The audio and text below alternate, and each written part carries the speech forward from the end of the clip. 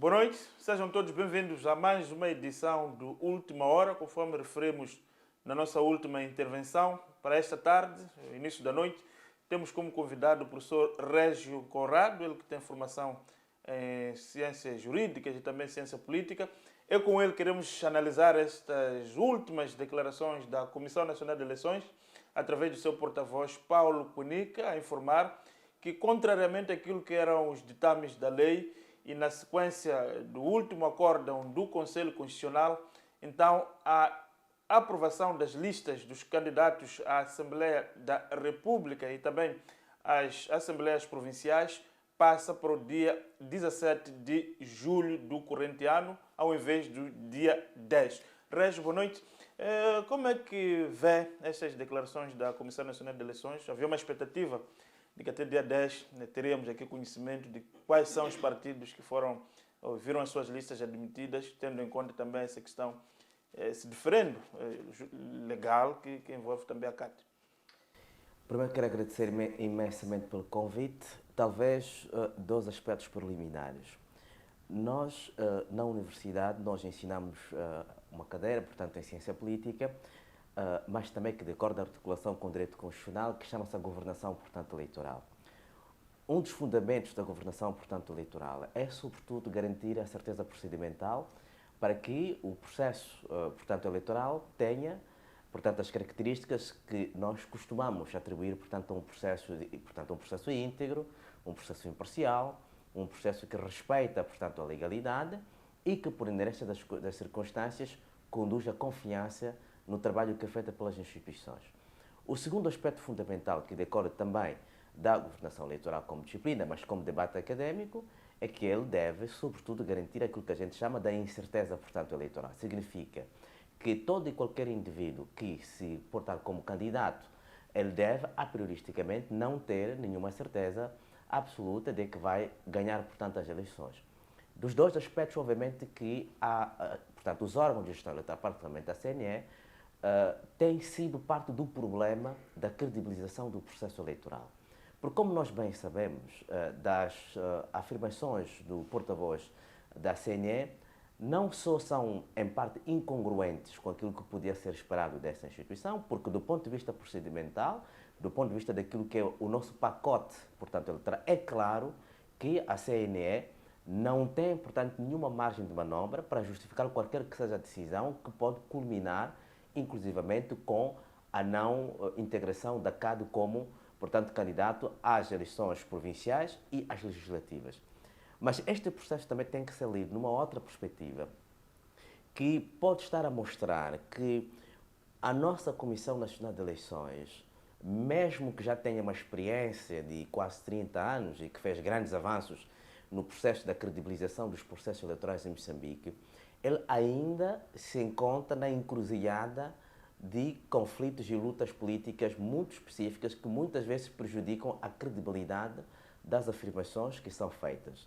Ademais, a intervenção do porta-voz da CNE não só foi de um desrespeito em relação àquilo que se poderia ter como expectativa a esta instituição, mas também, e sobretudo, a posição que ele teve em relação aos órgãos de comunicação social é de uma postura que vai para além daquilo que é aceitável. Falava aqui, Dr. Régio, com relação a essa... Acha que, do ponto de vista de comunicação, a Comissão Nacional de Eleições não está, digamos assim, a comunicar como devia ou devia ser de esperar num processo em que, de facto, neste momento, não podemos olvidar esse facto, há uma grande ansiedade por parte da sociedade. Portanto, esta longa espera pode contribuir, digamos assim, para radicalizar as posições? É óbvio, nós devemos saber que a CNE funciona porque os impostos moçambicanos e são, portanto, a base fundamental com a qual ela própria garante a sua funcionalidade cotidiana. O que significa que a CNE tem uma responsabilidade pública, tem uma responsabilidade ética para com os cidadãos moçambicanos. É óbvio que o Dr. Kuinika, que é uma pessoa que nós conhecemos e tem a dignidade intelectual e tem a postura e a decência que nós o reconhecemos, mas é preciso assumir que, desta vez, representando, portanto, a CNE, não foi suficientemente feliz porque dos argumentos apresentados para o adiamento, portanto, da tomada de decisão definitiva sobre o caso da CAD em particular e da publicação das listas dos partidos admitidos, não foi suficiente. E eu penso que, do ponto de vista daquilo que é a comunicação política que devia ter sido feita, é óbvio que os moçambicanos não lhes interessa suficientemente dizer ou saber que serão definitivamente publicadas as listas e, portanto, todas as decisões tomadas pela CN no dia 17, mas os argumentos da demora. E como podemos constatar, a ausência dos argumentos também pode mostrar que é provável que no interior da CNE estejam a haver um conjunto de lutas, de conflitos, de pressões, que, para este caso, haja uma tentativa de preparação da opinião pública nacional sobre, provavelmente, o desastre que poderá acontecer no dia 17, que é, portanto, digamos, da não validação da candidatura da CAD. Nós estamos mas, professor Régio, também é uma questão que temos... parece-me, corrija-me, senhora, há uma supervalorização da CAD, que é uma coligação, diga-se, todo de efeito, nunca participou, já participou em vários pleitos eleitorais, nunca conseguiu números expressivos do ponto de vista de adesão popular. Acha que o facto de Venâncio Mondlane ser candidato, porque ele também é candidato à Assembleia da República, por essa coligação, é que torna a CAD interessante do ponto de vista eleitoral, é isso? Não há dúvidas que a CAD é... A CAD existe ou não? Olha, do ponto de vista, por exemplo, da análise de ciência política, nós diríamos que a CAD é uma expressão que se usa em francês, c'est une coquille vide, portanto é uma casca vazia, a CAD. A CAD não tem a dignidade em termos de capital político, de capital social, na sociedade moçambicana. A CAD, como estrutura, ela existe legalmente, mas do ponto de vista do trabalho político... Eram daqueles partidos da pasta que andam... São partidos da pasta, como nós temos vários, portanto, em Moçambique. Portanto, é uma coligação de partidos de pasta, que efetivamente não existem. Mas há um aspecto aqui, é que a CAD ganha a proeminência política e daí a pressão de uma parte da opinião pública em relação, portanto, à CNE, por causa da figura de Venâncio Mondlane. Quer dizer, a CAD, a pressão que a opinião pública faz, portanto, à CNE, para que, de facto, tome uma posição clarividente e objetiva em relação à CAD, não é tanto por causa da CAD e dos partidos que o compõem, mas é, sobretudo, a ideia de que toda e qualquer decisão que for desfavorável ou que não for favorável, portanto, à CAD, ela é interpretada social e politicamente pelas partes que estão interessadas que a CAD e, portanto, Venâncio Mondlane seja o candidato, portanto, a deputado e os membros que também estão associados, portanto, a ele. Há um entendimento que isto, na verdade, é uma tentativa de poder derrogar aquilo que é, digamos, a vontade dos populares de ter Venâncio Mondlane na Assembleia da República. Então, acha que Venâncio, é verdade que teve números muito interessantes ao nível do... concorreu como candidato da RENAM, mas acha que Venâncio tem a profundidade necessária para além das grandes cidades? Ou é um fenômeno meramente urbano, como se diz por aí? Como professor universitário, tenho sempre a cautela de não me pronunciar com muito vigor sobre objetos que ainda não os estudei suficientemente. Ainda não me dediquei a fazer um trabalho de fundo sobre a figura de Venâncio Mondlane para poder constatar de forma metódica e rigorosa, para poder fazer, portanto, a avaliação. Mas isto não me inibe também, usando, portanto, os instrumentos com os quais tenho trabalhado para fazer análise de outras grandes figuras. Venâncio Mondlane, de facto, é preciso ser analisado como uma figura que é, sobretudo, a produção de uma sociedade cibernética. Primeiro, portanto, é dos poucos políticos nacionais que conseguiu mobilizar, utilizar as plataformas eletrónicas para poder produzir uma representação social de si próprio e projetá-la para o exterior. Deixa-me dizer-lhe uma coisa.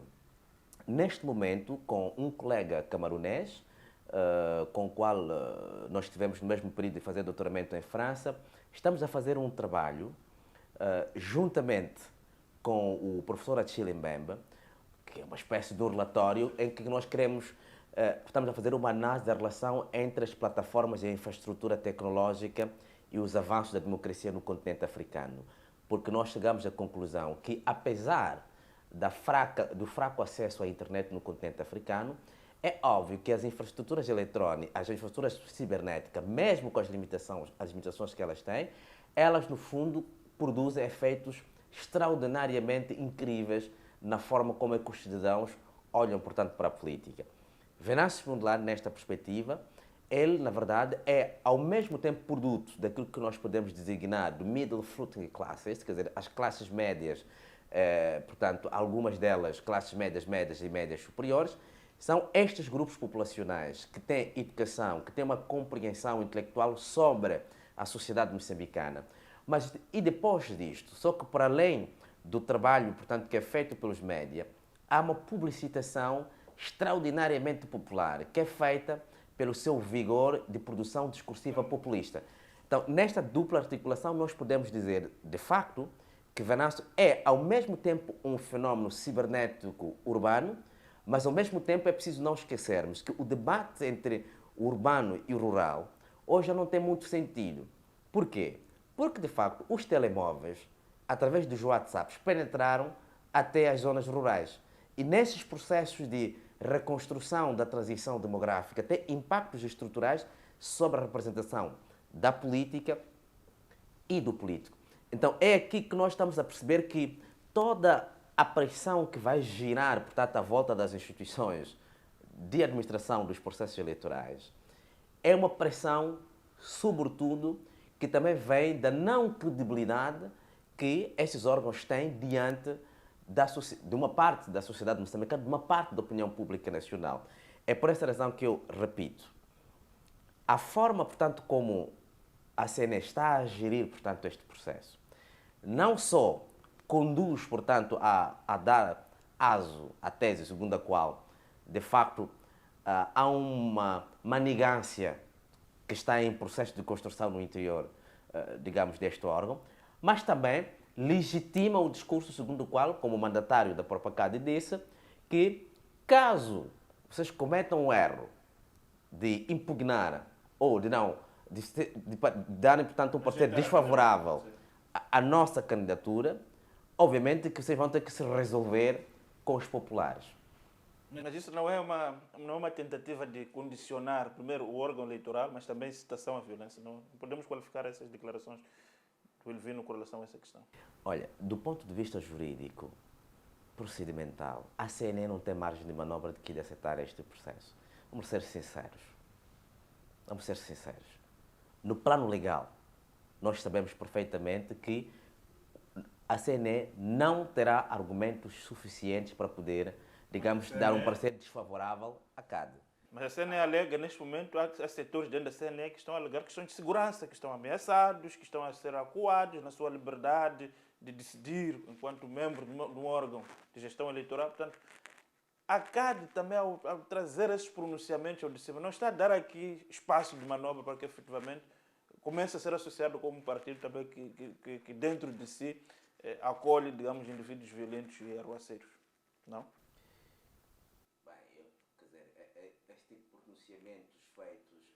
Ou podemos enquadrar numa questão de é o calor da discussão política? Penso que é o calor da discussão política. O que é facto, nós sabemos que o debate de fundo é a CNE quer ou não ser um órgão credível diante da opinião pública. A CNE, uma das funções fundamentais da CNE e a de lei é garantir, portanto, que o processo eleitoral decora nas condições favoráveis. Quem diz condições favoráveis quer dizer que o processo tem que ser credível. E sabemos que a credibilidade dos processos eleitorais significa o respeito da legalidade. A CNE não tem que fazer nada. A CNE deve apenas cumprir o que está no nosso, vamos dizer, chamar entre aspas, código eleitoral, nosso pacote eleitoral.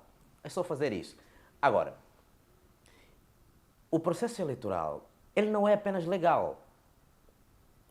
O processo eleitoral não é apenas legal. O processo eleitoral é eminentemente um processo político.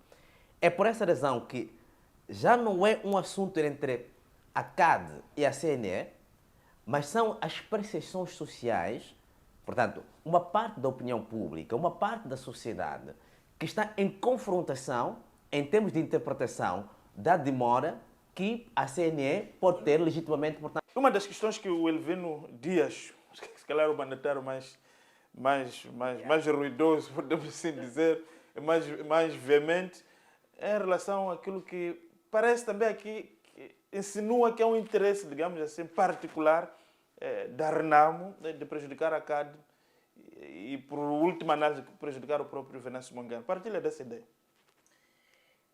Acha que uma eventual presença da CAD, do Venâncio Mondlane nesse processo, pode corroer muito a base eleitoral da Renamo? Está a fazer, portanto, uma questão que é profundamente interessante e, no fundo, é uma questão que me tem animado já desde a formação do MDM na sua relação, portanto, com a Renamo. Uma das questões fundamentais que é preciso aceitarmos, admitirmos, é que a Renamo, como partido, está efetivamente morto. Por duas razões. A incompetência da sua liderança, a incongruência dos membros séniores da Renamo, a incipiência da sua forma de pensar o país, que é no fundo não pensar o país, leva de facto a uma crise profundamente existencial deste partido. A Renamo nunca esteve pior como está, portanto, hoje. A Renamo é uma peça fundamental da construção do espaço liberal moçambicano. Eu não digo muito espaço democrático, chamo de espaço liberal moçambicano. Porque é discutível também. Porque é discutível. O espaço liberal moçambicano. Nessa perspectiva, é óbvio que a Renamo hoje, depois do Congresso, ficou ainda mais ilegítima diante de uma parte pertinente dos eleitores tradicionais da Renamo. E até de eleitores voláteis, porque uma das características do eleitorado da Renamo, que já não é o eleitorado dito rural, porque o Partido Frelimo tem uma característica que é extraordinária. É que o Partido Frelimo é ao mesmo tempo um partido estruturalmente urbano, mas é ao mesmo tempo estruturalmente rural. No sentido de que a Frelimo ela ganha em todos os setores da sociedade. Tem representatividade em todas as esferas da sociedade. Ela não tem apenas um setor de sociedade. Tem uma base sólida, digamos. Não há dúvidas que a Frelimo tem uma base sólida, portanto, em termos de eleitores. Mesmo que nos últimos tempos a Frelimo seja contestada pela geração mais jovem, sobretudo a minha, 1990 para cá, contesta, de facto, parte das lógicas de governação que o partido tem. Mas, comparativamente à Renamo, não há dúvidas de que, de facto, a Renamo hoje não tem, portanto, um fundamento, portanto, eleitoral com o qual pode contar. Ponto número 1. E numa situação em que Venâncio Mondlane, portanto, Venâncio Mondlane para mim é igual a CAD. Falar de CAD é falar de Venâncio Mondlane, porque o resto que está lá no interior não existe de forma nenhuma. A CAD é uma casca vazia. Quem dá substância, quem dá estrutura, quem dá vigor é o próprio Venâncio. Portanto, Venâncio Mondlane tem um conjunto de eleitores e seguidores, podemos saber se dúvidas, nós estamos a ver de forma óbvia. Pode migrar de partido, tem aquelas pessoas. Tem aquelas pessoas, mas e vai constatar que na relação, portanto, com a Renamo, os mesmos eleitores que votam na Renamo são os mesmos eleitores que transitam para o Venâncio Mondlane. Para além daqueles eleitores voláteis, como se diz em ciência aplicativa, que não têm uma posição política clara e não têm uma predeterminação partidária, votam em função das circunstâncias e do entendimento que elas tiverem no momento em que vão votar. E esta circunstância determina, de facto, a sua volatilidade. Estes eleitores voláteis são aqueles que podem votar para as presidenciais votarem na Frelimo e para as legislativas votarem na oposição. E que, neste caso, como bem sabia, a Renamo beneficiava daquilo que se chama de voto de contestação. Este voto de contestação agora, com a CAD, ele passa, de facto, sem dúvidas, para a CAD, por causa do nível de mobilização e de legitimidade. Está a prever uma hemorragia num cenário académico em que a CAD participa de fato nas eleições Quem sai mais prejudicado? Já É a Renamo. É a Renamo, mas falando aqui do eleitor urbano também, a Frelimo não pode sofrer também desse efeito, não? É óbvio que a Frelimo, é óbvio que, vamos ser sinceros, e é um problema que a Frelimo não está a prestar muito bem atenção. Venho dizendo isso desde 2000 as últimas só foram 2019, não é? A Frelimo, ela não está a ser capaz de estar em fase com a transição demográfica que está a acontecer em Moçambique. Não é um problema de incapacidade interior. A Frelimo tem capacidades para pensar, para refletir. Algumas coisas foram feitas, mas é preciso entender que a sociedade moçambicana ela mudou completamente. E quem diz mudou completamente, quer dizer que a transição demográfica significa duas coisas. Há uma transição em termos de idade, há uma transição em termos de mentalidades. Essa dupla estrutura, ela deslegitima todo e qualquer discurso que pode vir da Frelimo, posicionando como partido libertador e legitimando desta forma a ideia segundo a qual eu sou partido dirigente. A ciência política a gente chama partido do poder, porque há partido no poder, mas há partido do poder. E a Frelimo é um partido. Portanto, esse discurso histórico já não mobiliza tanto a juventude. Não só não mobiliza tanto, mas também é um discurso que, no contexto atual, é um erro estratégico mobilizar isso como instrumento de propaganda política ou de comunicação política ou de marketing político. É tão simples quanto isso, por uma razão muito simples. É que estamos a constatar que há uma parte da opinião pública, e isto foi estudado suficientemente, há uma parte da opinião pública. Eu fiz um trabalho para o Instituto Francês de Relações Internacionais e depois saiu em forma de artigo, que era uma avaliação dos últimos 30 anos, portanto, da democracia em Moçambique, entre aspas, mas, sobretudo, era o papel da Frelimo. Este artigo está publicado na Revista de Relações Internacionais, portanto, em França. E uma das conclusões a que eu cheguei, depois de fazer trabalhos de entrevista de campo, etc., é que a contestação em relação à Frelimo não é tanto contra a Frelimo, mas é, sobretudo, contra a ideia segundo a qual a Frelimo não consegue fazer uma proposta de sociedade que coincide com as aspirações de uma parte da sociedade moçambicana. É por essa razão que vai constatar que as pessoas não têm uma relação política com a Renamo. Uma parte das pessoas, jovens sobretudo, não tem uma relação política com o MDM, não tem uma relação política verdadeira, portanto, digamos, com a CAD, no caso atual, ou com a Nova Democracia. Mas também, e ao mesmo tempo, não tem uma relação pacífica com o Partido Frelimo. Mas pode ser muito mais fácil, portanto, a Frelimo reconstruir e recozer, portanto, a sua imagem dentro da sociedade, através de propostas muito concretas de governação que respondam às ansiedades das pessoas. Então, neste sentido, podemos dizer, para responder diretamente à sua pergunta, é verdade, para a Renamo, a participação da CAD é um verdadeiro perigo em termos de número de mandatos na Assembleia da República e em termos de número de mandatos nas Assembleias Provinciais. Não há dúvidas sobre isso, porque eles estão a partilhar a mesma estrutura eleitoral.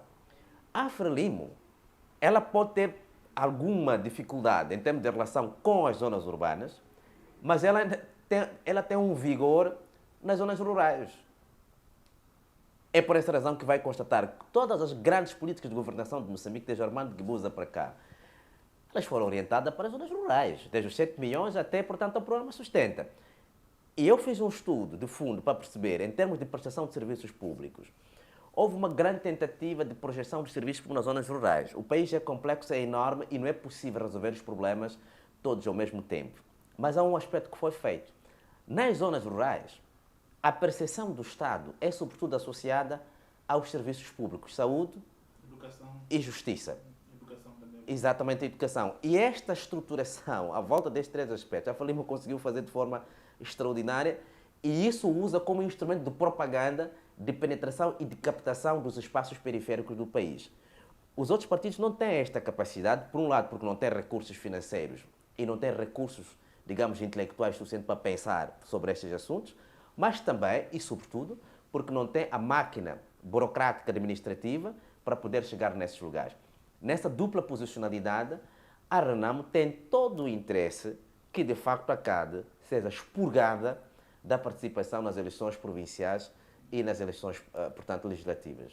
Obrigado, professor Régio. Ficaram aqui as declarações do professor Régio, a analisarmos esta situação que foi aqui colocada pelo adiamento do anúncio dos partidos, das listas dos partidos concorrentes às eleições. Fica aqui marcado o convite ao professor Régio para que na próxima quarta-feira, conforme a promessa da própria Comissão Nacional de Eleições, logo que foram anunciados os partidos, estaremos aqui para fazer uma análise mais cuidadosa sobre aquilo que foi a decisão da Comissão Nacional de Eleições em relação a estes processos. Sendo certo que, sempre que a informação assim o exigir, nós voltaremos com mais informações em relação ao processo eleitoral em curso, que começa a ganhar aqui uma temperatura um pouco mais alta à medida que vamos chegando. Faltam 45 dias para o início da campanha eleitoral e há decisões estruturantes a serem tomadas nos próximos 7 dias com relação quais são os partidos que efetivamente concorrem às eleições e em que listas e em que províncias ou círculos eleitorais. Nós voltamos numa próxima oportunidade. Boa noite e muito obrigado pela sua audiência.